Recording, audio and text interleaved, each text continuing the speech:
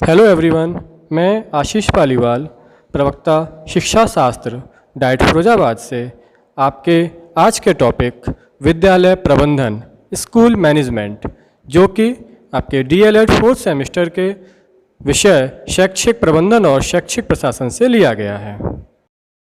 तो चलिए शुरुआत करते हैं आज के अध्ययन के उद्देश्यों के बारे में।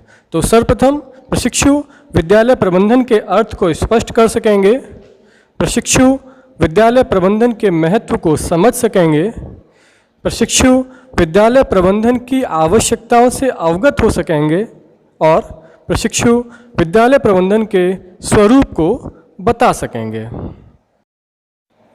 तो चलिए शुरुआत करते हैं आज के हमारे टॉपिक विद्यालय प्रबंधन से। विद्यालय प्रबंधन यानी कि स्कूल मैनेजमेंट। तो जैसा कि हम सभी जानते हैं कि जो शिक्षा है वो जीवन पर्यंत चलने वाली प्रक्रिया है। Education is a life long process.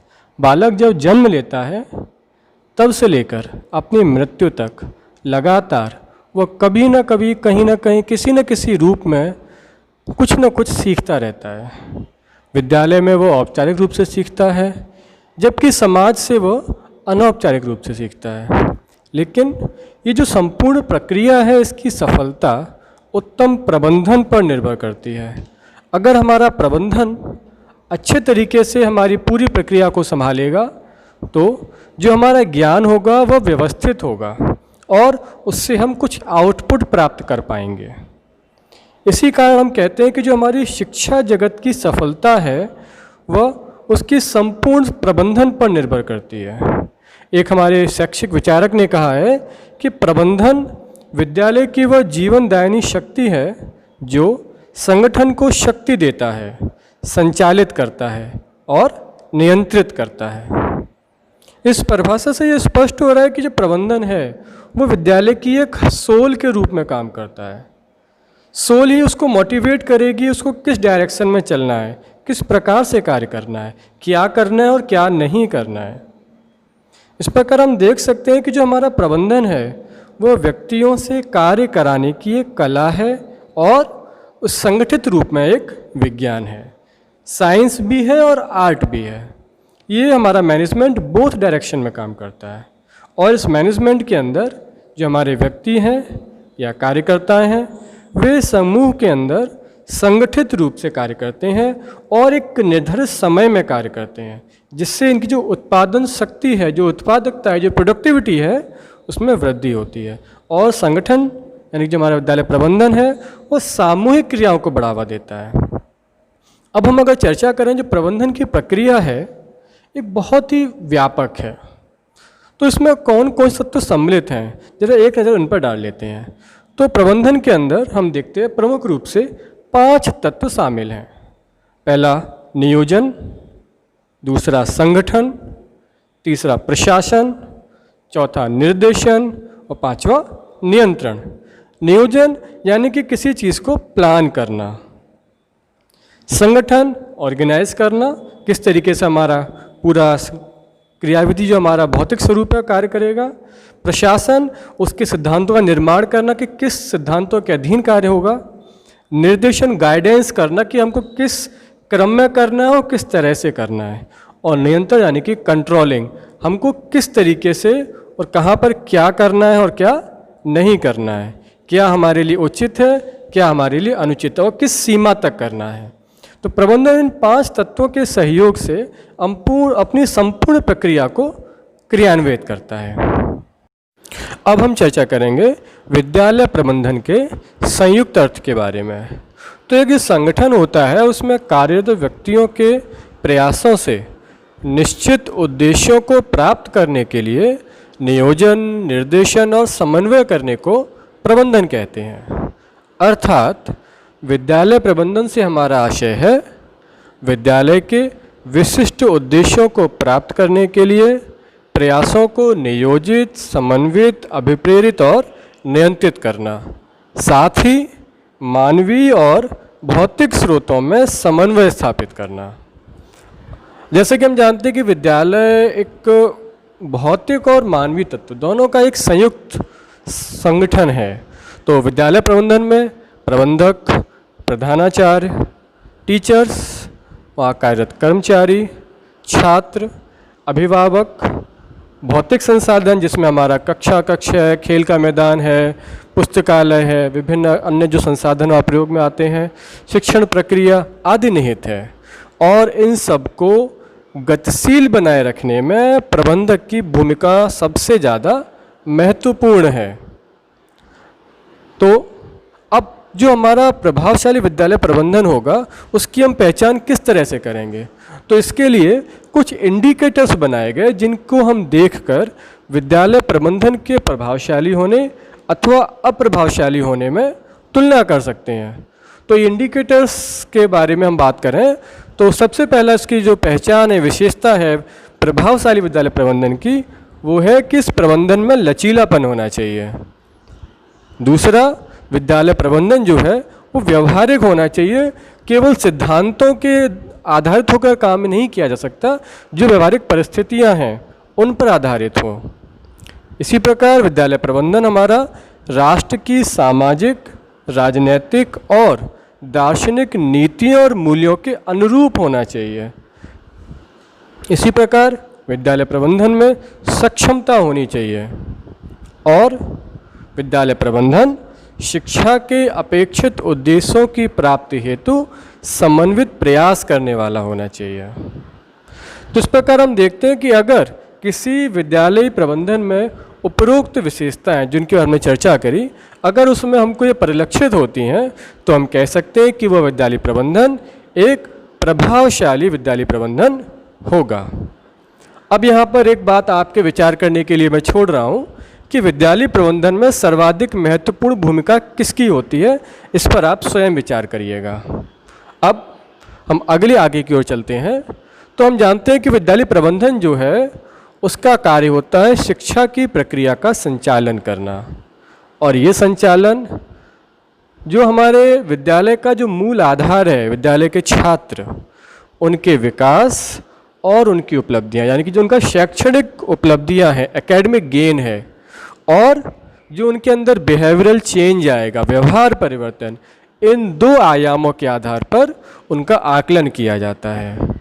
अगर बच्चों का उपलब्धियां अच्छी हैं, बच्चों का सर्वांगीण विकास हो रहा है, तो हम कह सकते हैं कि हमारा विद्यालय प्रबंधन प्रभावशाली है, सक्षमतापूर्वक कार्य कर रहा है। और इसी प्रकार अगर हम बच्चों के अंदर जो हमारा अपेक्षित व्यवहार परिवर्तन है, जो हमारा डिज़ायर्ड बिहेवियरल चेंजिंग है कि बच्चे में के मूल्यों में क्या परिवर्तन आना चाहिए, बच्चे की विचारधारा किस प्रकार से विकसित होनी चाहिए, अगर हम उसको अपने अपेक्षित स्तर तक परिवर्तन लाने में सक्षम होते हैं तो हम कह सकते हैं कि हमारा विद्यालय प्रबंधन सक्षम है और प्रभावी है। और यही जो हमारा प्रभाव है वो अधिगम उपलब्धि के रूप में काउंट किया जाता है। जैसा कि हम जानते हैं कि जो हमारी शिक्षा प्रक्रिया है उसका मूल आधार और मूल कार्यक्षेत्र विद्यालय है, जहाँ पर हम शिक्षण अधिगम प्रक्रिया का संपादन करते हैं। प्रत्येक संस्था उसके अपने लक्ष्य और आदर्श होते हैं, और उसकी सफलता, जो लक्ष्य और आदर्श हैं, उनकी सफलतापूर्वक प्राप्ति के लिए प्रबंधन बहुत आवश्यक है। और एक बहुत ही कॉमन कोट है कि school is the miniature of society, विद्यालय समाज का लघु रूप है। तो जो भी परिवर्तन हमारे समाज के अंदर आएंगे, जो भी परिवर्तन हमारा समाज चाहता है, वो सभी हमारे विद्यालय के क्रियाकलापों में, विद्यालय की कार्यप्रणाली में परिलक्षित होना चाहिए।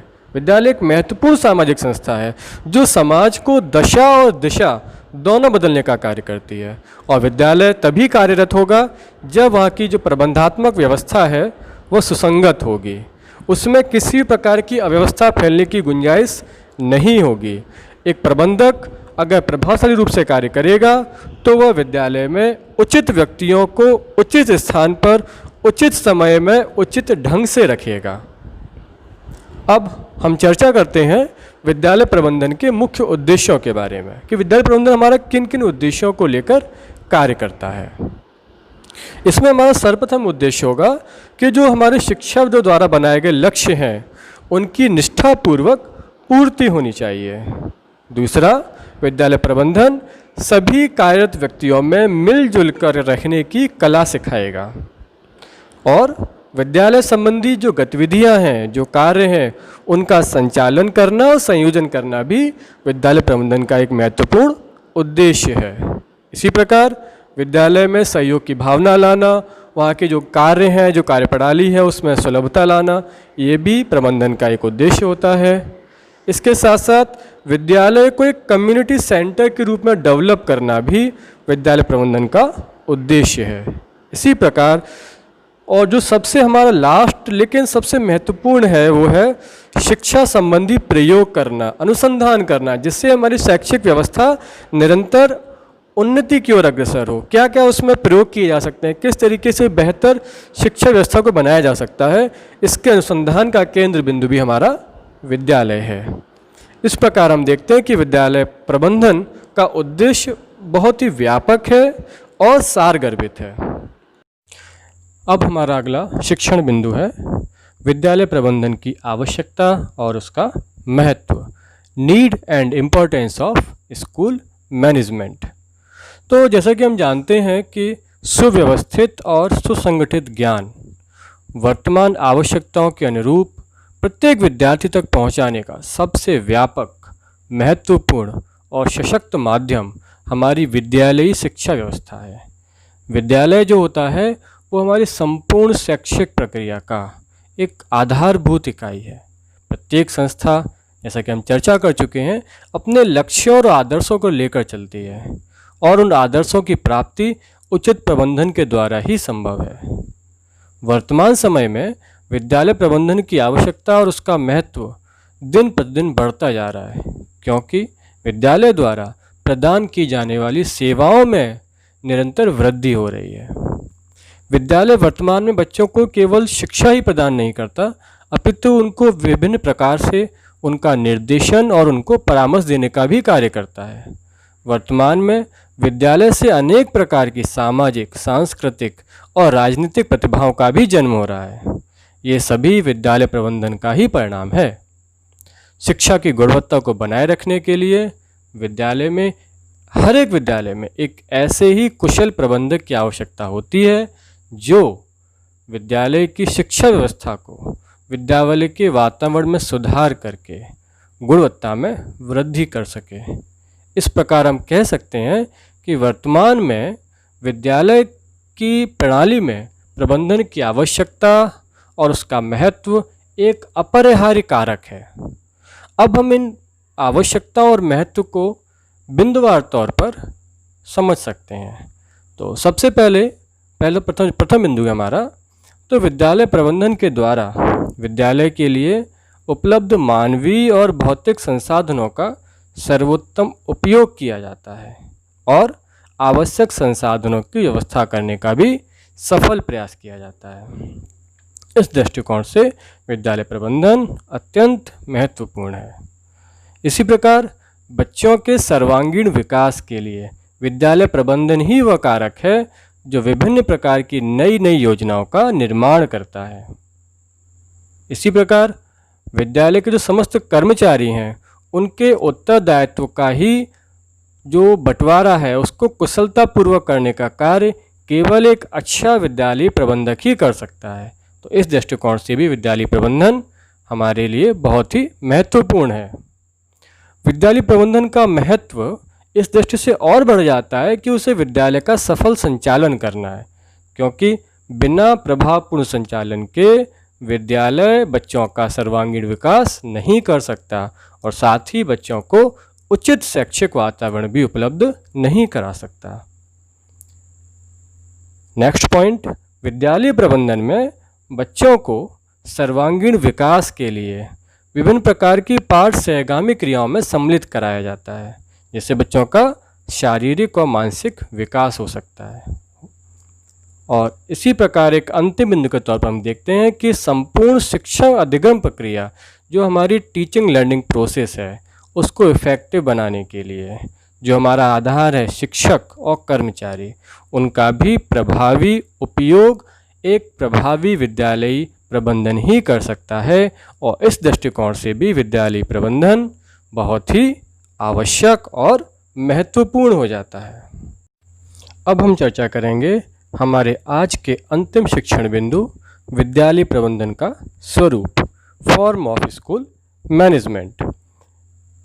अब यहाँ पर एक प्रश्न हमारे सामने खड़ा होता है कि जो विद्यालय प्रबंधन है उसकी आवश्यकता भी हमारे लिए है, वो बहुत महत्वपूर्ण भी है, उसके कार्य क्षेत्र भी बहुत विस्तृत है, उसके उद्देश्य भी हमको मालूम पड़ गए, लेकिन असल में हमारा विद्यालय प्रबंधन का स्वरूप कैसा होना चाहिए?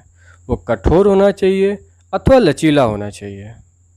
अब अगर हम शुरुआत परंपरागत तरीके से ध्यान दें, जो हमारी परंपरागत शिक्षा प्रणाली रही है उसका मूल सिद्धांत था कि वो आदर्शवाद पर आधारित थी, अर्थात जो हमारा प्रबंधन होता था वो कठोर होता था और प्रबंधन की जो बागडोर होती थी वो एक सत्ता के हाथ में होती थी। ऐसी व्यवस्था जिसमें प्रधानाध्यापक या प्रधानाचार्य वो सर्वशक्तिमान होते थे और विद्यालय का प्रबंधन उनके द्वारा दिए गए निर्देशों के अनुरूप चलता था। वहाँ पर किसी भी प्रकार की सलाह मशवरे की, किंतु परंतु की, सुझाव की कोई स्थान होता ही नहीं था और एक प्रकार से एक रूढ़िवादी व्यवस्था थी जो लगातार चलती रहती थी। अंग्रेजी में एक स्टेटमेंट कहा गया इस प्रकार की प्रणाली के लिए कि organisation therefore like fire is a good servant but a bad master. इस प्रकार की प्रणाली में जो हमारा व्यवस्था है, जो हमारे कार्य करने का सिस्टम है, वो एक अच्छे नौकर की भांति तो कार्य कर सकता है लेकिन एक अच्छे मालिक की तरह कार्य नहीं कर सकता। लेकिन जैसे जैसे हमारे शिक्षा के क्षेत्र में, हमारी व्यवस्था के क्षेत्र में मनोविज्ञान के सिद्धांतों का प्रयोग होना शुरू हुआ, वहाँ पर जहाँ हमने कहा कि हमको बच्चे की आवश्यकताओं को महत्वपूर्ण स्थान देना है, बच्चा हमारे लिए केंद्र बिंदु है, वहाँ पर ये बात महसूस की गई कि हमको इस पूरे सिस्टम को एक मशीन की तरह नहीं चलाना है। यहाँ पर ह्यूमंस कार्य कर रहे हैं जो इमोशंस के साथ कार्य करते हैं। तो जब हमको एक मशीन की जगह कलपुर्जों की तरह कार्य न करके ह्यूमंस की फॉर्म में, मानव के तौर पर कार्य करना है, तो वहाँ पर हमको उस कठोरपन को त्याग कर स्वयं के अंदर लचीलापन आत्मसात करना ही होगा। क्योंकि आज की जो आवश्यकता है वो विद्यालय के प्रबंधन में प्रधानाचार्य, शिक्षक और विद्यार्थी तीनों को समान रूप से योगदान देने पर बल देती है। किसी एक के प्रयास करने से हम अपना 100% आउटपुट प्राप्त नहीं कर सकते। और ये हम सब जानते हैं कि जो हमारा आदर्श या हमारे विचार हैं वो परिवर्तनशील है, तो हमारी व्यवस्था इस प्रकार होनी चाहिए कि वो भी लगातार हमारे सिस्टम के, हमारे समय के साथ परिवर्तित होती रहे। अंत में निष्कर्ष के तौर पर हम कह सकते हैं कि यदि किसी विद्यालय का प्रबंध तंत्र उत्तम है तो उस विद्यालय से निकलने वाले छात्रों की उपलब्धि भी उत्तम और प्रभावशाली होगी, जो अपने विद्यालय, देश, परिवार और समाज का मस्तक ऊंचा रखते हुए अपने उच्चतम गंतव्य को प्राप्त कर सकेंगे। इस प्रकार यह कहा जा सकता है कि आज विद्यालयों को सर्वप्रथम अपने प्रबंध तंत्र को सबल और सशक्त बनाने का प्रयास करना चाहिए। धन्यवाद।